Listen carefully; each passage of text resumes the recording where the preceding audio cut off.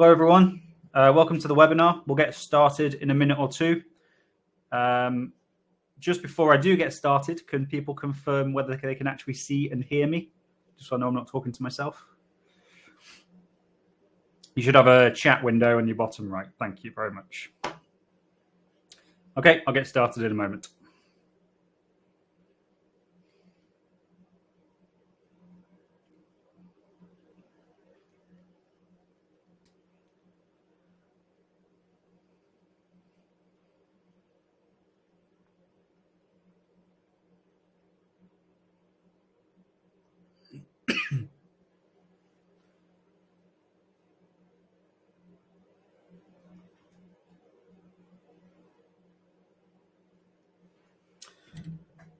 Okay, let's get going. So,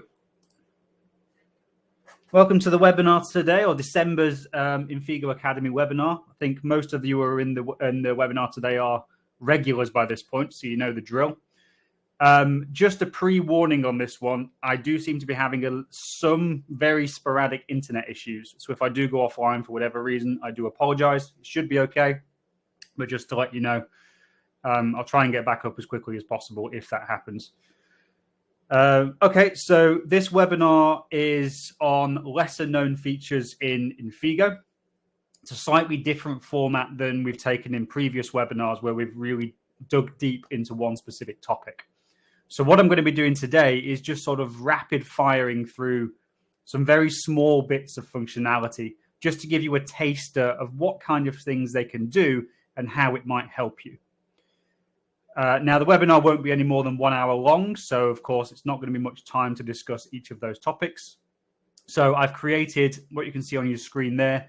It's additional tutorial resources if you want any additional information on any of the smaller topics that I discuss. And I'll just copy and paste that link into the chat so you can get to it. It should be an open page. Please let me know if it's not. Pardon me.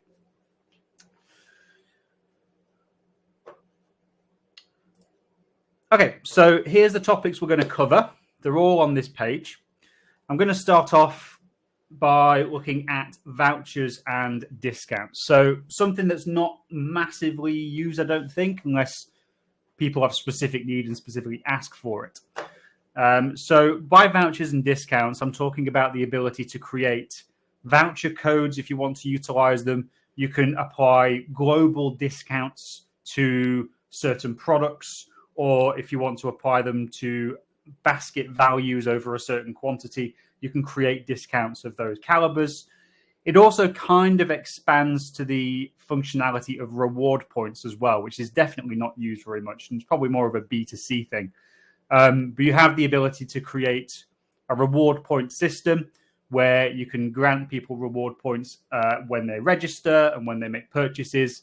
And then, as you've seen on many other websites, you've got the ability to put those reward points against discounts to future purchases, for example. And you can specify things such as the ability to, well, what the exchange rate is, where they can be used, and that kind of thing. So let's take a quick look at those to begin with. Just to let you know before I do dig into this, it's just me on my lonesome today. There's no support in the chat, but I will try and keep an eye on the chat. So if you do have any questions, please ask away. If I can't answer it during the session, I will take it away and reply afterwards.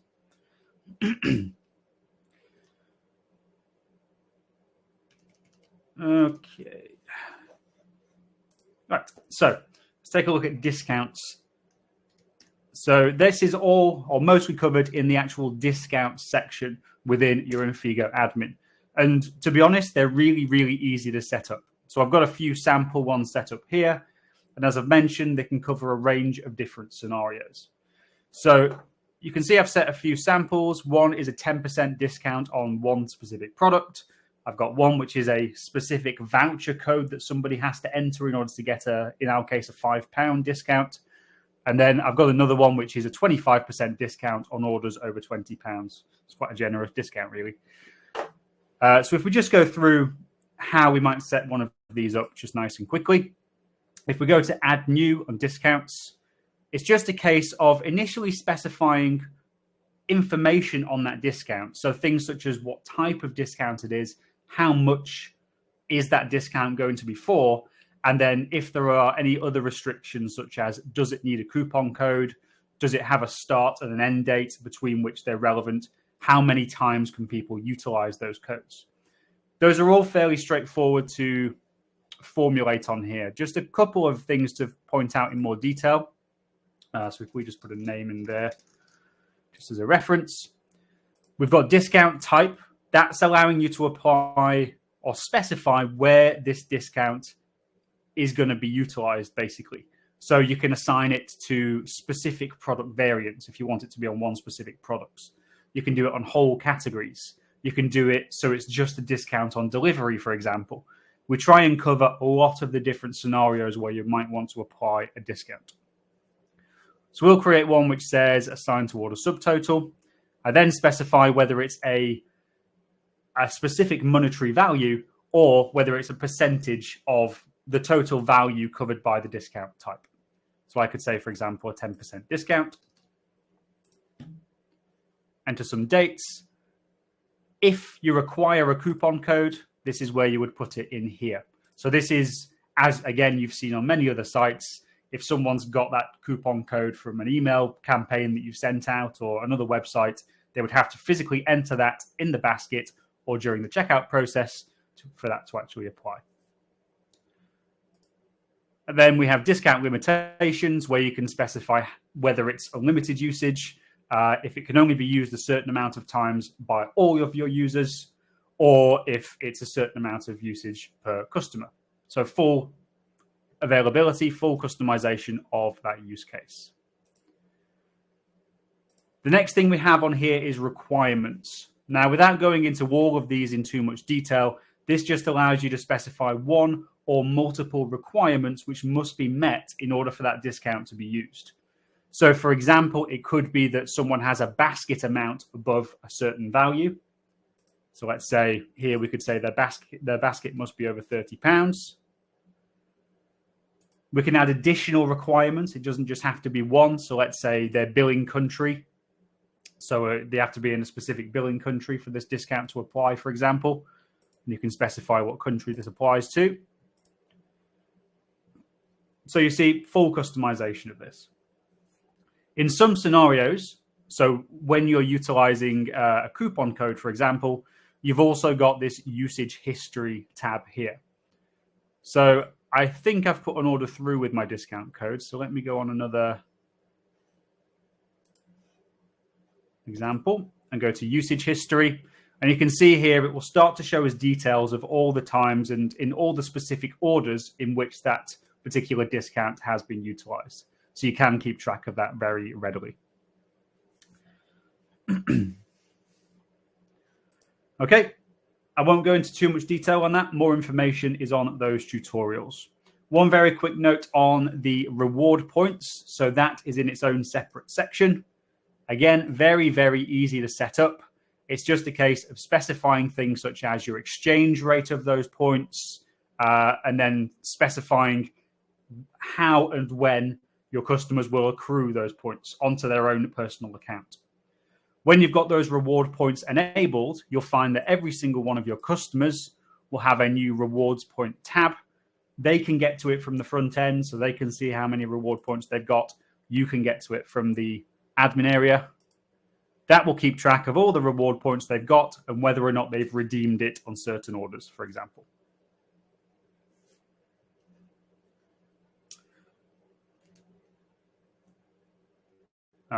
Okay.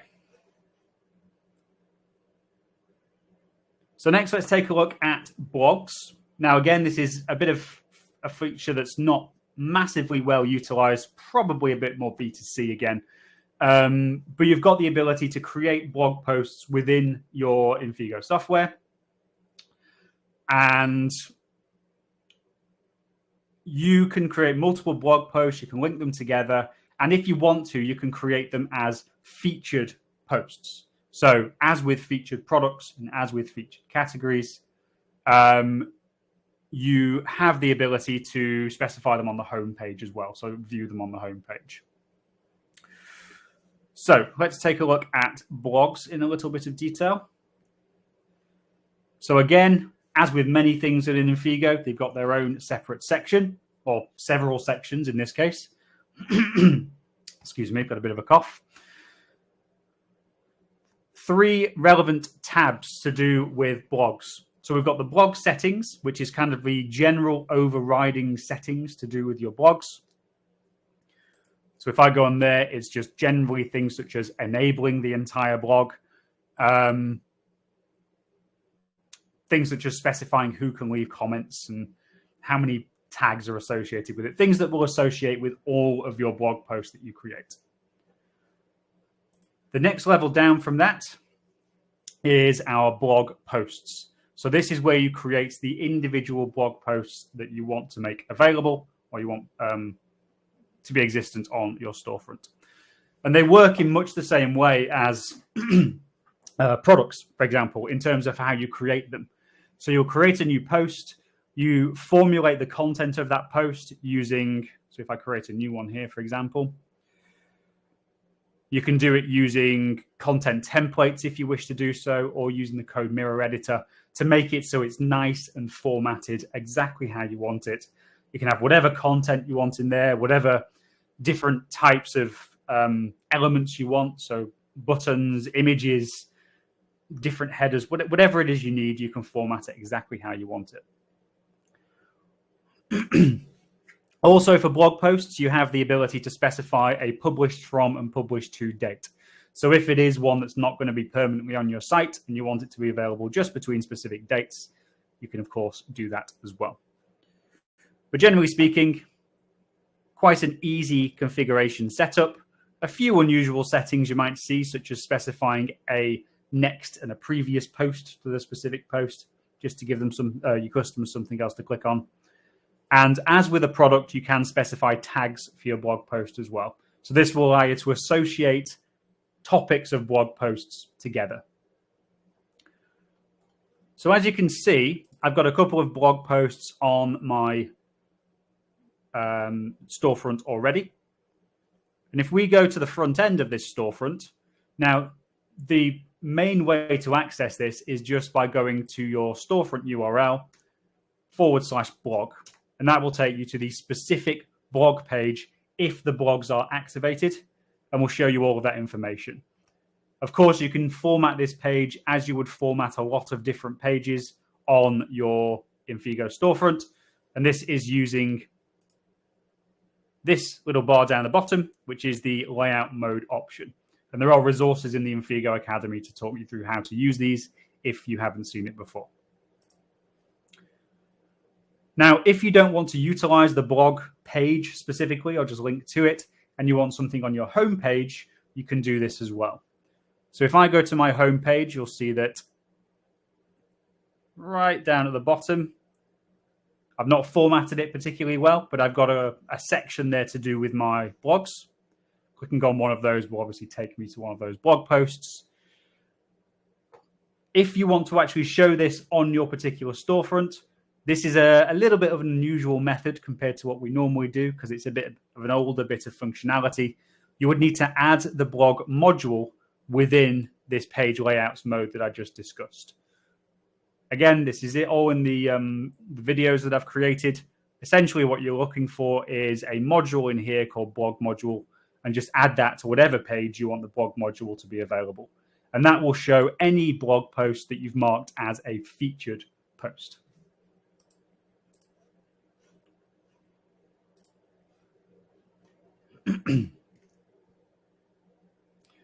Okay, so that will do for blog posts for now. Just a couple of questions that came in to do with the vouchers and discounts, I believe. So does rewards have to be enabled? Not that I'm aware of. So I will check up on that for you. I don't think it would have to be enabled, but just in case it does, I will check and get back to you.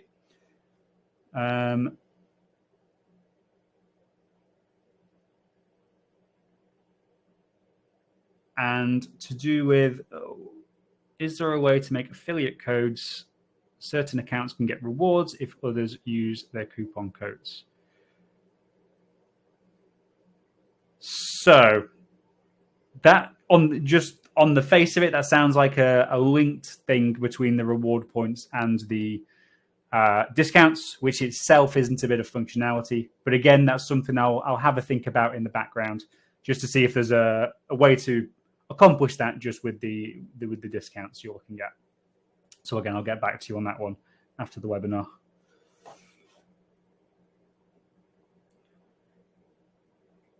Okay, so the next one is really nice and quick to demonstrate. This is the message queue.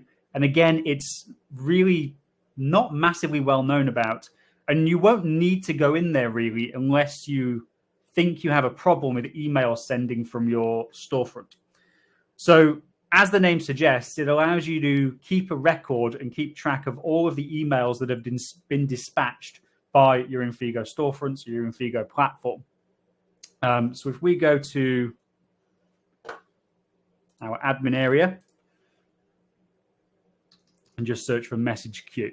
Now, many of you will probably be familiar with the email message templates tab. That is where you actually formulate the format for those email templates that go out, and you specify which ones are going to go out and when they go out. The message queue is just showing you what's happened to those emails. So if I go to the message queue, really nice and straightforward. I've got some filtering options up at the top of the screen, allowing me to refine down to certain potential emails that I want to view.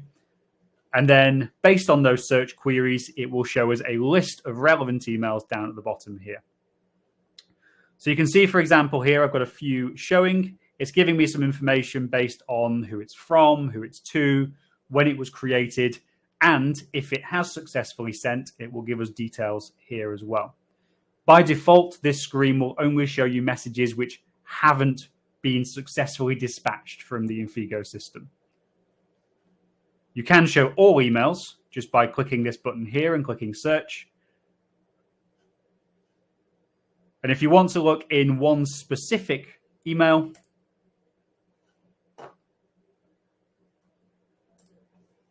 you can get more detail by clicking on that button just to view that specific email. And what you'll also find in here, rather than just showing you, so when you're in the email message templates, which many of you will be familiar with, when you start sending test emails, so let's say you send a test email to your own account, all the placeholders for variable information will still be in there as placeholders in the test email because it doesn't have any information to populate it with.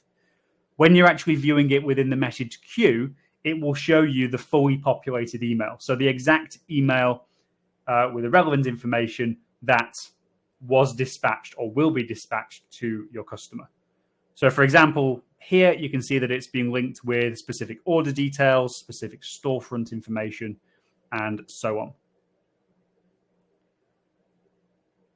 Now, if it didn't send for whatever reason, you also, from within here, have the ability to modify the email if you wish to do so, and to set it to re-queue. So that will sort of sift it through the system again, and will try and resend the email again if there was a failure, or if you want to make an update.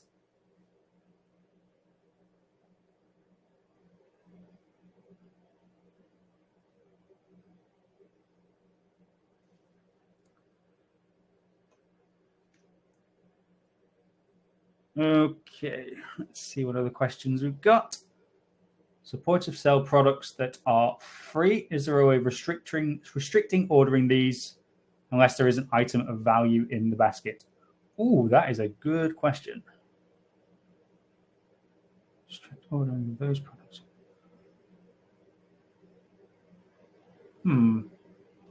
So one potential way you could do that, Mel, and this is just thinking off the top of my head, is you could have them as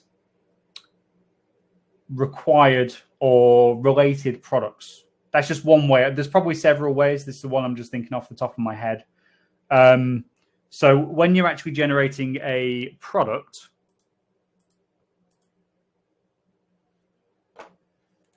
so if I go to any of these, you have a few tabs at the top here, such as related products, cross-sell products, and required products. Now, when you like a related product, will show on the product landing page of this particular product. So maybe that's not relevant to what you're talking about there. Cross-sells will show on the basket itself.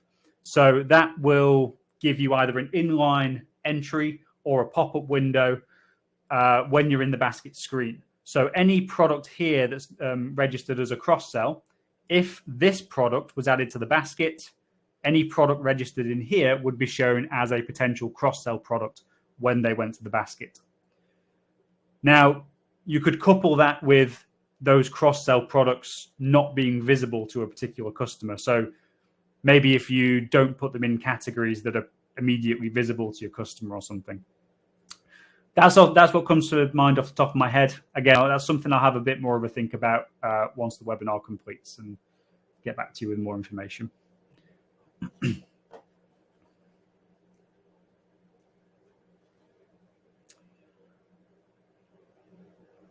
Okay, so next up we have address books. Now, address books are a pretty brand new feature within Infigo, to be honest. In a nutshell, what they do is they give you the ability to manage very large numbers of addresses in a really easy way and all kind of in one area as such. It allows administrators to create and assign whole address books. So one book, multiple addresses to customers, to customer roles, to departments if you wish to do so. And it means that once those address books have been assigned to a customer in whatever way it may be, when that customer is going through the checkout process, they'd be able to select from all the list of addresses that are available to them. So it's quite a powerful bit of functionality for those scenarios where it is applicable. I know it's not going to be applicable for absolutely everybody. It gives you very much enhanced flexibility and control of the address capabilities. It means you don't have to really enter things in a very, very manual way. So address books has its own section once again. So address book management.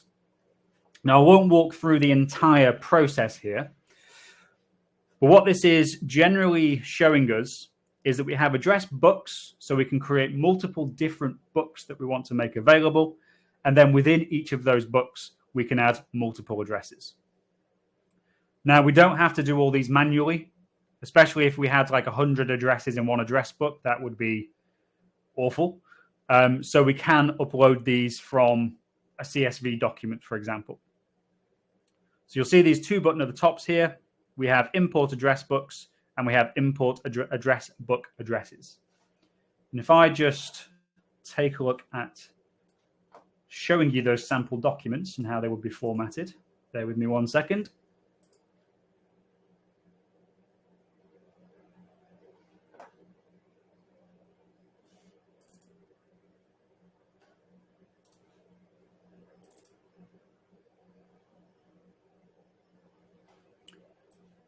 Okay, so bear in mind that you can export address books here. So that will give you a sort of format for the document that you need. Now, the address book template is very, very simple. There's not much information associated with the address books themselves. And generally speaking, it's just the settings that you'll see when you create a new address book. So things such as the name, a description, and then you're specifying whether there's any kind of validation on the records and whether those are by default available for everybody. And you'll see those same set of settings if we go to add a new address book.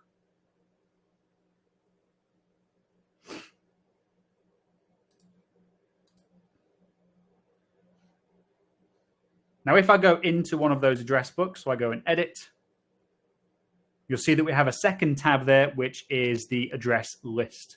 And this is where we can have multiple different addresses within that one individual address book. In this case, we've only got 4. Again, we can export a template if we wish to do so. If I just load up a completed template. Now, these are all sample names, so don't mind showing those. But what you can see there is I've got one template, one CSV document for all of my address books. So we can put all of the different address book addresses within this one CSV document, populate it all within here, and then all we need to do is to upload that one CSV document, and all of our address books will be populated. So it's really, really nice and easy to populate those. Now, to actually assign those to the relevant users, a few ways of doing this. As a caveat of this, just to note, if you have this available for everyone assigned for a particular address book, that does exactly as it says on the tin. So that's not going to need any additional specification for people to access that. All of your customers will be able to access any address book addresses that have that setting turned on.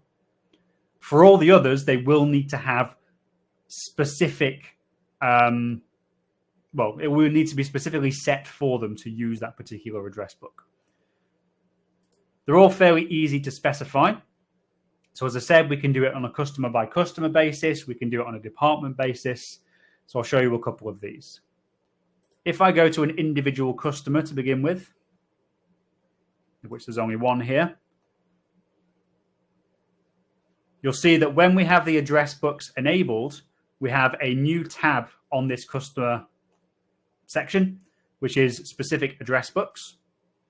And you can assign any of those address books that you want made available to that specific customer.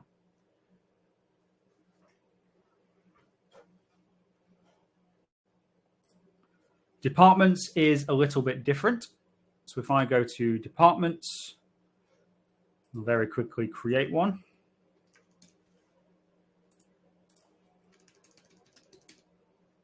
So just as a reminder for those that might not be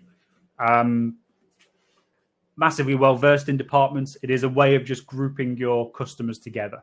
So if you do have a particular company or a department within that company, you can group them together. It allows you to define things such as which payment methods those customers can use. Well, we'll see if we expand this button here. So you can specify which customers are included, what payment methods they use, what shipping methods they can use. And since the inclusion of the address books, you can also specify the address books that customers in that department are able to use. So it's just a case of ticking the address book and clicking save, and they'll get access to all of those addresses. Customer roles, again, very similar. So if I just make a new customer role, if I'd specified it correctly, again, you can see that we have an address book tab next to this here. So again, we can assign particular address books to specific customer roles.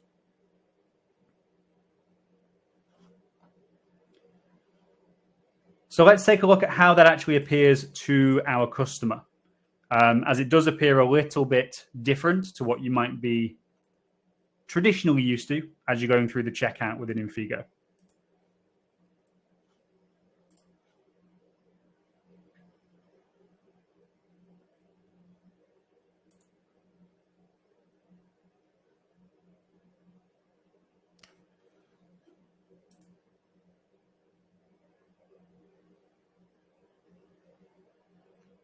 Okay, and here we go. So rather than just having an actual specification of your address now, you've now got the ability, you've got this little search window, which allows you to see all of the addresses that the person has access to based on those address books, or just the standard means of applying addresses. So we've not completely overridden that capability. You can still apply addresses as you used to.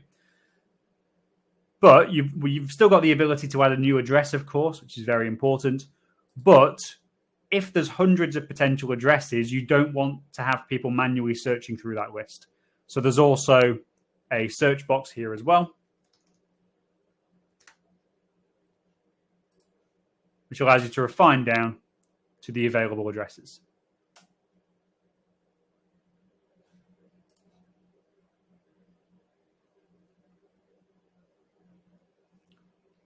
Okay.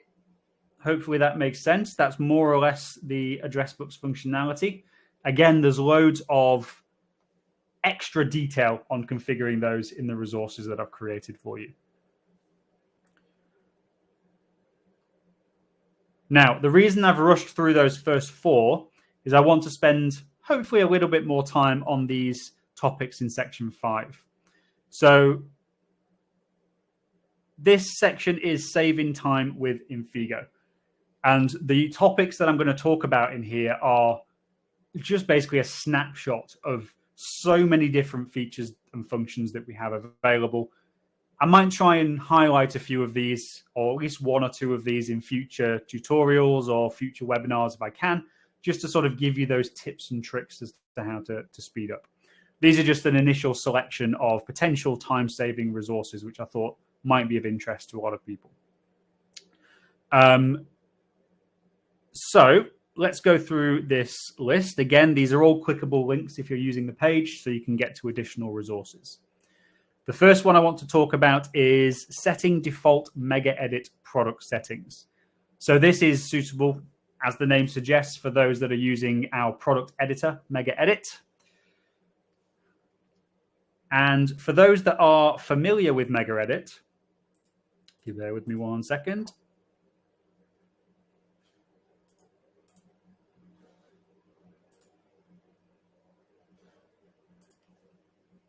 I can't remember what this product looks like, so hopefully it's not too shocking. We'll go with that. Okay. So for those that are familiar with configuring Mega Edit products, you may have seen, if you go to menu, you have product options. Now, this is an incredibly long list of settings which cover a lot of different things. And if you go in through here, that is controlling that specific Mega Edit product. Loads of things covered in here, everything from the color format that's being utilized, whether or not you want to show certain tabs on the left-hand side, whether it's a downloadable product. Basically, this is the go-to place if there's a setting you're looking for in Mega Edit and you haven't quite found it. This is the primary place you should look. Now, you might have a very specific way you like to configure these products, and you don't want to have to change these settings for every product that you make. So it is possible to define this as, or define a default set of values for the items in this list, so that for any new Mega Edit product you make, it will have those default settings. Now, this is done within the admin area, and you need to search for, if my mind does not go completely blank, Mega Edit product settings.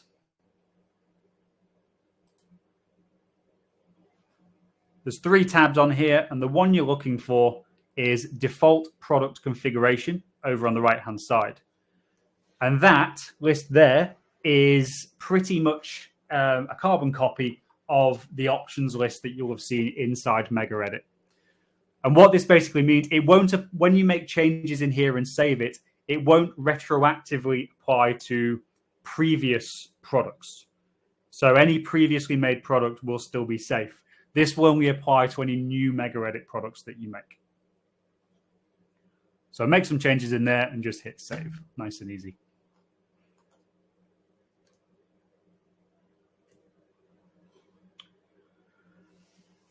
Okay, so another thing that we have is the ability to modify your catalog en masse with the Excel export tool. So I think this is fairly well used, but I'll show you just in case. So if I go to my product management screen, so just our general catalog screen that you'll have seen many, many times before, I'm sure you've noticed at the top of the screen that we have this export to Excel. This allows basically for you to get the template you need for all of your existing products. And you also have the ability to add more products. There's more rows in there as well. And then you can immediately just re-update and re-import that same Excel sheet with those updates included. So let's go through that. So if I say export to Excel,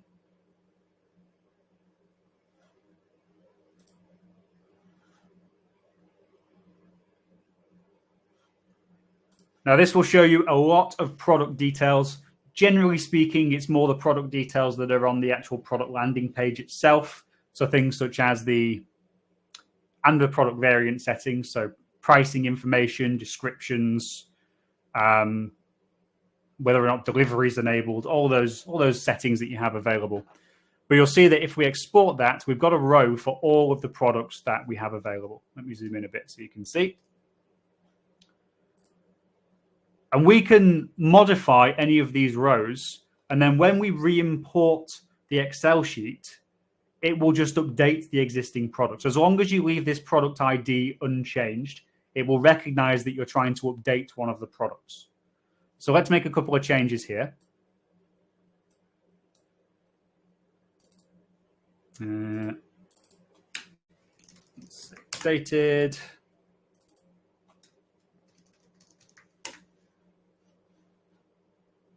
And then anything in here we can modify. So we could say pricing or whatever it is.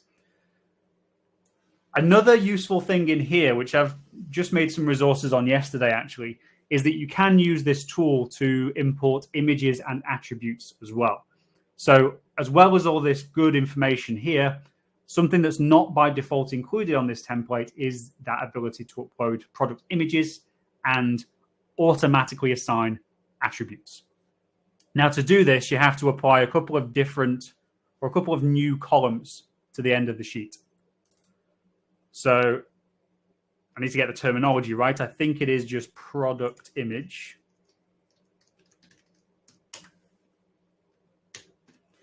And let me just show you an example of this one real quick. So what this actually consists of is uploading the images ahead of time, which you can do in batch, to your actual Infigo system. So once you're in your Infigo admin, there's a section in here which we call upload folders, which is again one of those little used areas. I've already created a folder in here called product image. And then within there, you can upload different images that you might want to utilize. And then all I've got to do as part of that product import tool is place that image name, including the extension, into that product image column. And then it will recognize the image or images that I want to upload to that product.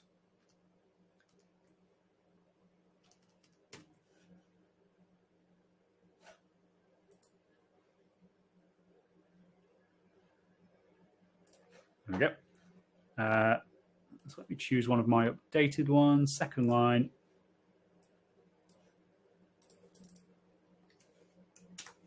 So astronaut.png. Now I'm just going to save that and close it down.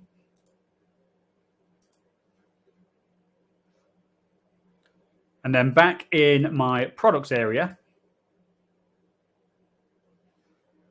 I'm going to re-import that from Excel.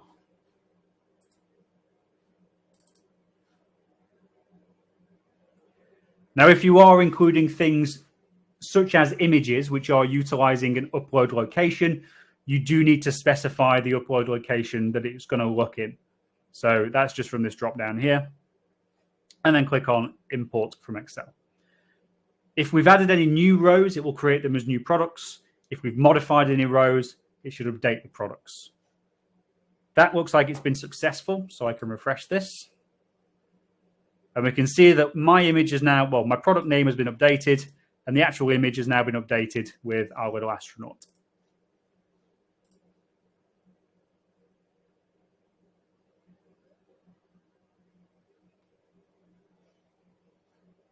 Now, as many of you know, we don't have the ability to directly duplicate products and other content from one storefront completely to another storefront. But this is kind of like a halfway house, let's say. So if you do need to en masse get much of your product information from one storefront to another, you can do it via this exporting and importing tool. But it will just take the information that's in that CSV. Just keep in mind. As for the question, can you utilize this for mega edit products? You can, but only again for the information that's shown within those columns. which is mostly information to do with what's shown on the landing page. So there's an option. There's a point further down I'm going to show you, which is about directly duplicating products, which might be a bit more useful if you're wanting to fully duplicate a Mega Edit product. I'll show you that in a moment. So when you're adding a new product to that spreadsheet, do you need to add a product ID or are they automatically generated?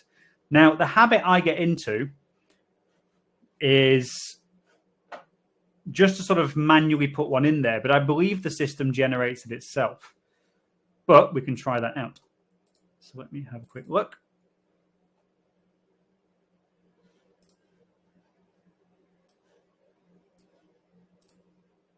So I just put any old ID in there. Let me just copy all of those rows.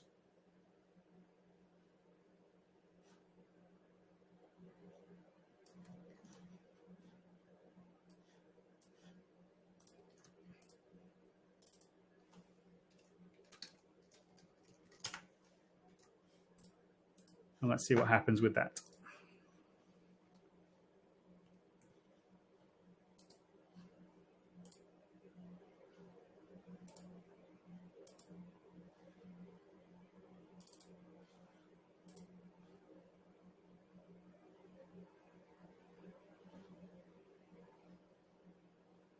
Now, so there's been a problem. It's probably because I'm rushing a little bit too much.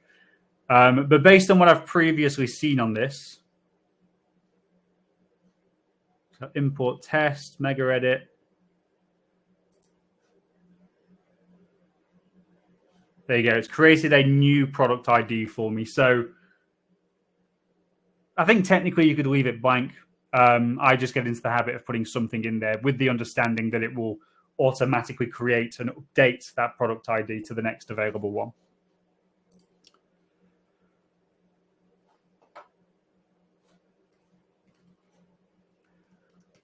Okay. Right.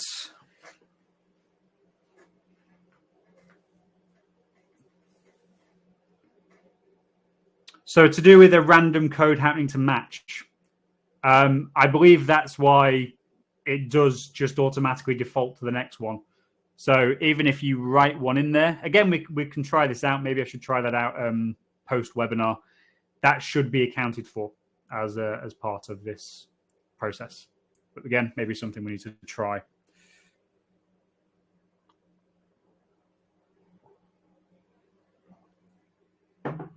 Okay. So align product technical settings with product groups. Now, this will be a very quick overview into what product groups is. Not to be confused with categories. So categories is much more widely used. That is if you just grouping, to terminology again. If you're creating a set of products to go together and want to display those on your storefront, for example. A product group is utilized to sort of standardize a lot of the technical information for products which have that matching technical information. And by technical information, I mean things such as the pricing structure, probably the delivery information. We'll take a little look at what it does. Groups section.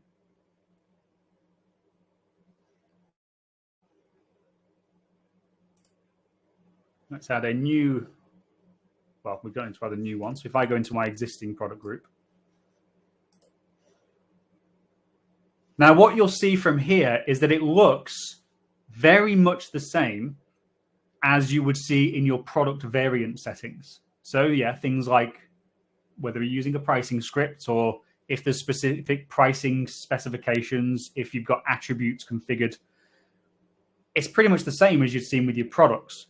And what's going to happen is when you assign products to this product group, it means those settings on the individual products are no longer going to be considered. So they're all going to now be controlled by the product group. So we can see here, for example, that I've got 2 products within this product group. Let's say I want to just apply a price to it, just for the sake of argument. And if I go to either of those products within the generic catalog and go to its product variant settings, you'll see that I now have a much smaller range of settings available within the product variant settings. So it won't allow us to modify things that are now being controlled by the product group. Just remember that the group is going to apply those settings to all of the products that are associated with it.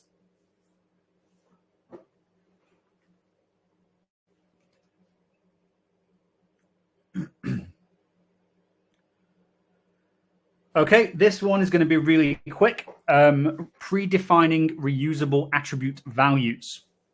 So this is if you've been creating attributes. I don't know if I've made any example ones. Let's have a look. So you might have loads of different potential attributes in there, all which might have different options within that attribute. So for example, I've just got the very creatively named attribute 1 here. But then when we're actually applying that to a product, we might have option A, B, C, D, whatever it might be. And to create that every time you apply the attribute to a product is a bit of a pain.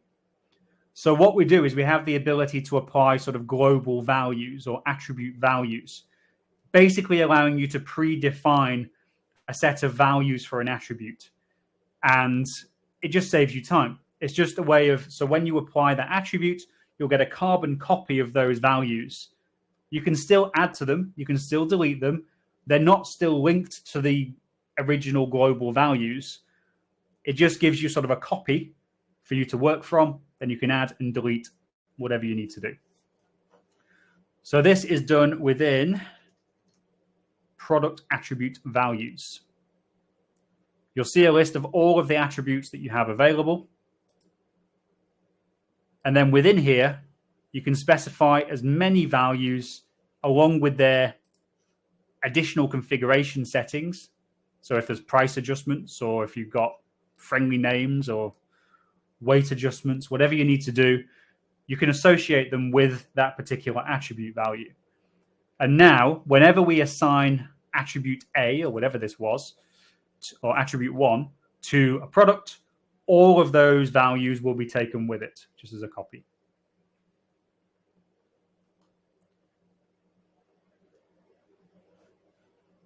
For the question of what are those catfish ME attributes? So this is a whole other topic, but catfish is basically the old name for Infigo before the rebrand a couple of years ago for fairly obvious reasons. So these are ones that are automatically created when you start to utilize some MegaEdit products, I believe.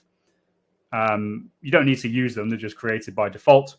But if you're wondering what the catfish is, that's the reason behind those. And you don't need to use these. You can use different ones.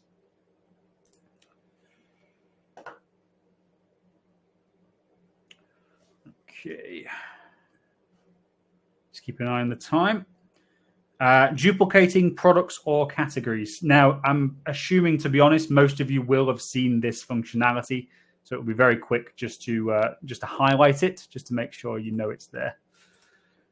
So this gives you the ability to make a carbon copy on the same storefront, I must stress, of any of your products or any of your categories. So all of the options that you've specified, if you've fully detailed the product landing pages, if you've defined attributes, if you've done applied discounts, whatever it is you might have done, it will create a carbon copy, which is then completely independent from the original. This works as well for MegaEdit products. So if you want to make a carbon copy of a MegaEdit product and then just make some tweaks, of course, you can do that as well. So if I go to edit on one of my products, it is very, very simply copy product at the top of the screen. Couple of simple options. You've got whether or not it's published by default. So in most cases, I imagine you'll unpublish it by default, so it won't be available on your front end. You can specify whether the product images are copied with it. And then if you are doing something a bit more complex, like a mega edit product or a static PDF product or something like that, you're going to want to include this copy extended data. So this is where it will actually copy that whole configuration of that base product. If you don't have this selected, I believe the only things it will copy are the basic product landing page and product variant information. So in most cases, you would have this checked on.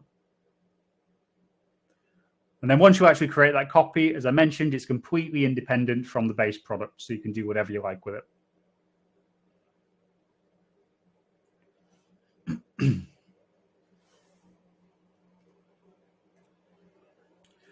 Categories, virtually identical, so I'll be very quick with this. If you go to manage categories, within a category, as with a product page, you've got the ability to specify loads of information to make it look nice, specify where it's viewed, what products are associated with it, so on and so forth.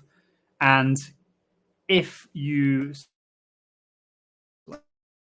let's save a category, if you go to the general category page, again, you have the option at the top there to copy category. You've got the ability to specify whether it copies with or without products. It won't duplicate the products that are within the category, as I'm aware. It will just associate those products with the category again. And you've also got the ability to specify a parent category. So if you want it to be in kind of a structured tree, you can specify the parent category too.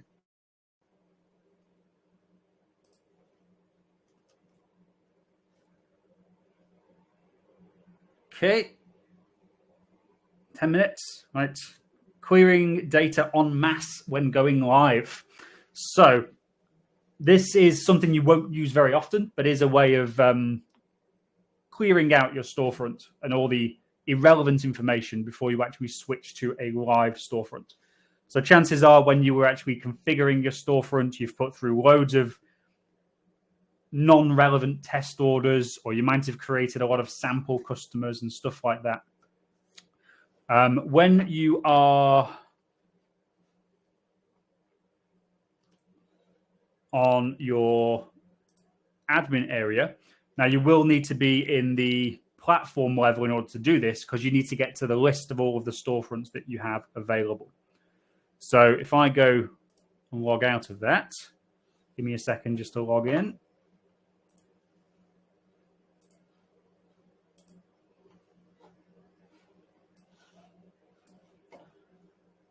Okay, so I'm logged in as the platform level.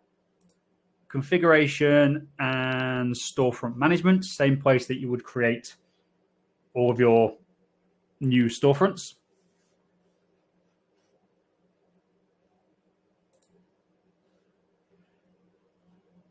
And you'll see on all of those that I have listed as test, you have the ability on the right-hand side to clear test data.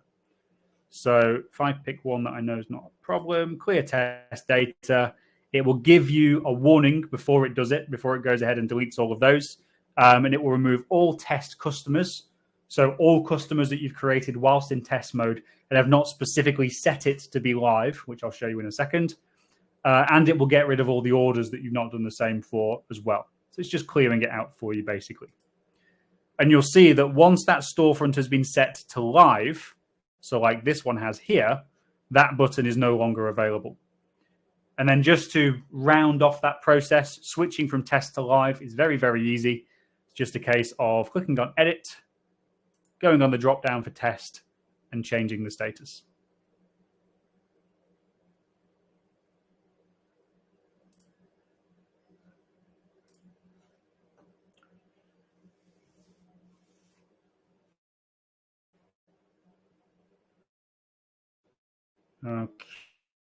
Okay. As to where we can manually, if I go to customer management, I think I lost connection there for a second. Hope you can still all see and hear me.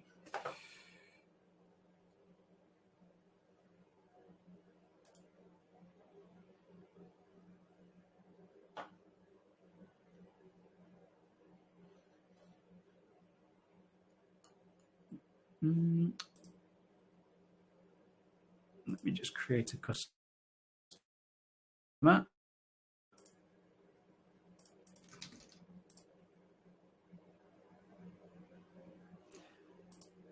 Okay, so you can see when I've got a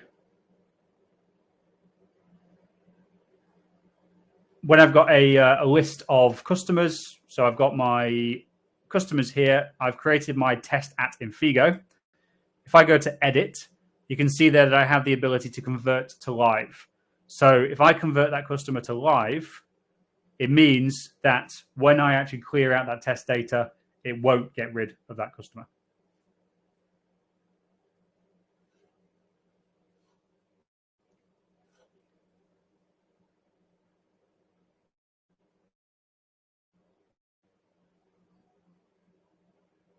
Can we convert to live en masse? That is a good question and one which I will get back to you on after the webinar.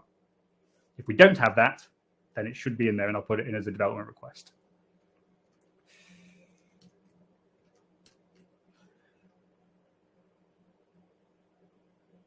Right.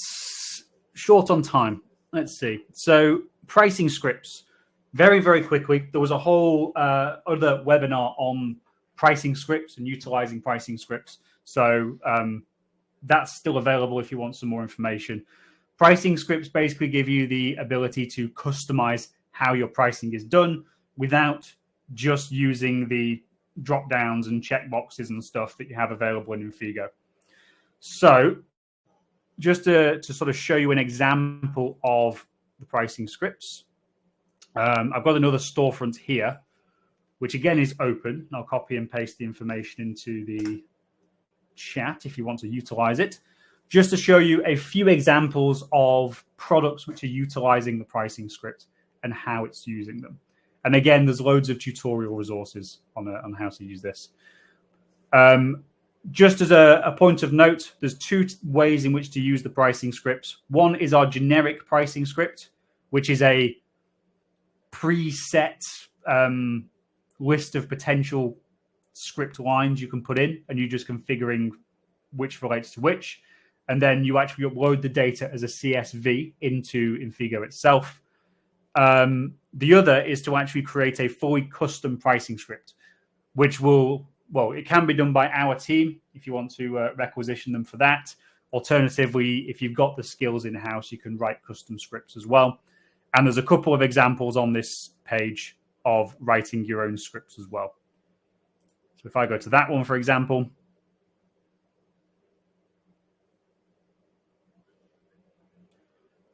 it will show you that pricing script in action, and it will show you what was actually included in that pricing script. I'm sorry I've not got time to go through that in more detail at the moment, but there's loads of resources if you need to look at it.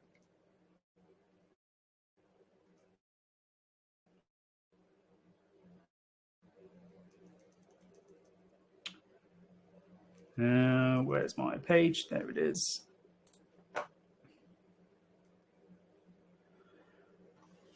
Okay, customer information can be imported en masse as well. And Dean, if it is a case that we can convert them to live en masse, this is where it would be done, and this is where I intend to check.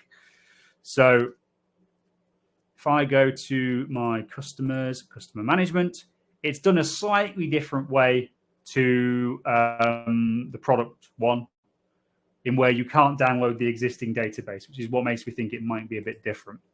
But you can download a customer template CSV, and then it's just a case of filling in the customer details that you want to include. Let's see if there's a column that says live. There isn't. Filling in all the rows that you want for your customers, and then you can re-import that in the same screen, and it will automatically generate all of those customer entries for you. Even if live, convert to live might not be one of the options in there, there's loads of information you can input into that screen, such as if they're in specific departments, if they've got certain customer roles applied to them, if they've got approvers, if they're part of an approval workflow, you can specify all of that information as part of the import tool. Okay. And then finally, custom content templates. I've got about a minute to explain this. So custom content templates, many of you will be aware of utilizing content templates. So this is where you can manually build the different blocks to actually format the pages exactly how you want without having to deal with HTML. Custom content templates are the next step in that process, where you probably need some HTML knowledge to formulate it. But once the custom template's been created, you can just reuse the same template over and over again and save yourself a bunch of time. So very quickly, and I understand if people have to jump off while I'm talking, this might be one of those tabs where you might have to ask our support team to enable it, just in case you can't find it. But there is a content templates area that will contain details of all of your default content templates, and you can create manual ones in here as well. Now, it's a bit more involved than I can go into on this short webinar, but what you're essentially doing is putting in some boilerplate code and then replacing parts of that boilerplate code with placeholders. And then that placeholder information is what's actually modified when somebody utilizes the content template, which I'll show you in a minute. So for example, here I've got some code, and then within that code, we've got two placeholders. One is where I can specify, in this case, the name of the person that's looking at the page or whatever.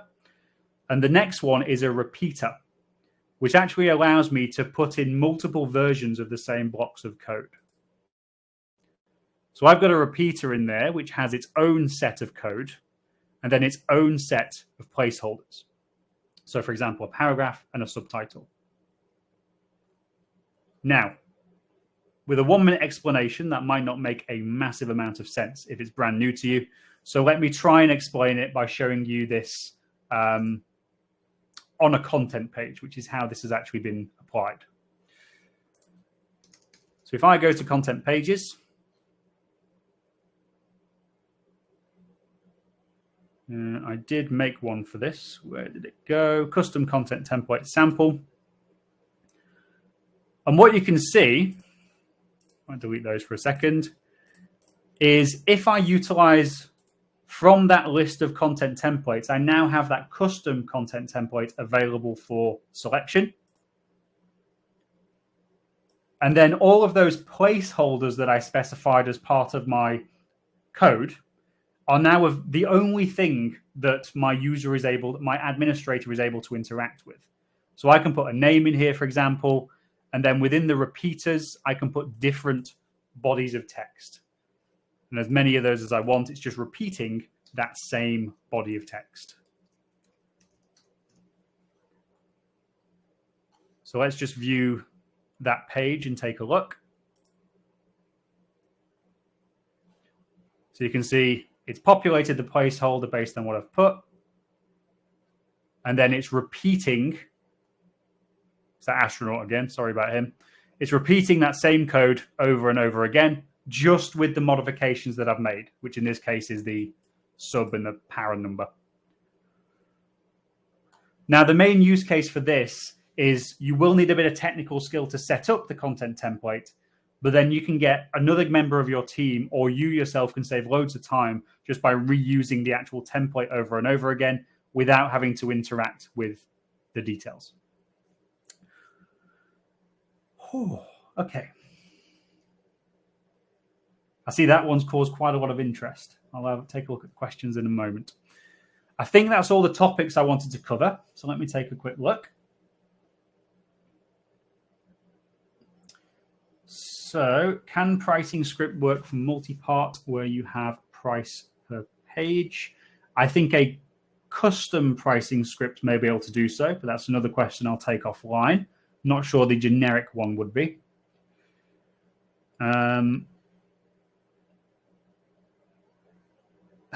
Rob, good to know you like the look of the custom content templates. Hope you can make use of those. And are account details available with these blocks? So yes, so I believe if you utilize those, you can still utilize the placeholders that you would see elsewhere. So you can still put in, I think it's customer.name or something like that, and it should still pull in the relevant information. So I believe those are still relevant, yeah.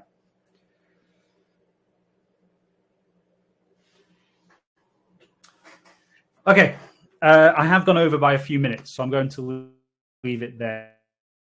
Please do keep the questions firing in if you have any more. I won't answer any more on the call, but I will take them away. There's quite a few questions to answer on this one, which is good. Thank you for the level of interaction. It's been nice to see, and it looks like people have actually enjoyed some of these smaller topics. So maybe I'll do a couple of these in the future again. So yeah, thank you for your time. I very much appreciate it. This recording will be made available on the Academy, and you should get an email as well to tell you that it's available.